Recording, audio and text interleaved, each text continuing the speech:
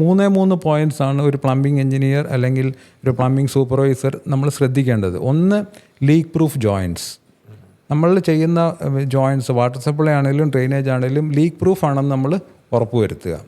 രണ്ടാമത് ചെയ്യേണ്ടത് നമ്മൾ ആവശ്യത്തിന് സ്ലോപ്പ് കൊടുക്കുക. എവിടെയൊക്കെ സ്ലോപ്പ് കൊടുക്കണോ സ്ലോപ്പ് കൊടുക്കുക.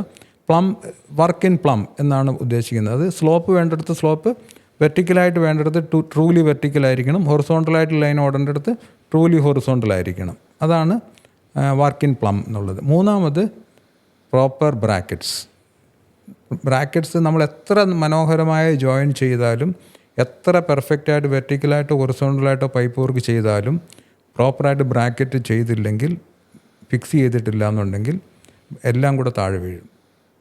ബ്രാക്കറ്റിന് ഈ മൂന്നും ഈക്വലി ഇമ്പോർട്ടൻ്റ് ആണ്. ഈ സ്ലോപ്പ് അല്ലെങ്കിൽ ഈ ബ്രാക്കറ്റ്സ് അല്ലെങ്കിൽ ഈ ജോയിൻറ്റ്സ്, ലീക്ക് പ്രൂഫ് ജോയിൻറ്റ്സ്, ഇത് മൂന്നും ഈക്വലി ഇമ്പോർട്ടൻ്റ് ആണ്. ഇത് മൂന്നും മാത്രം ശ്രദ്ധിച്ചാൽ മതി ഒരു പ്ലംബിംഗ് എഞ്ചിനീയർക്ക് ഒരു പ്രശ്നങ്ങളും ഇല്ലാതെ പ്രോജക്റ്റ് തീർത്ത് പുറത്തിറങ്ങാൻ പറ്റും. പക്ഷേ ഇതിൻ്റെ താഴെ ഒരുപാട് ഘടകങ്ങളുണ്ട്. അൾട്ടിമേറ്റ്ലി ഇത് മൂന്നും ശ്രദ്ധിച്ചാൽ മതി.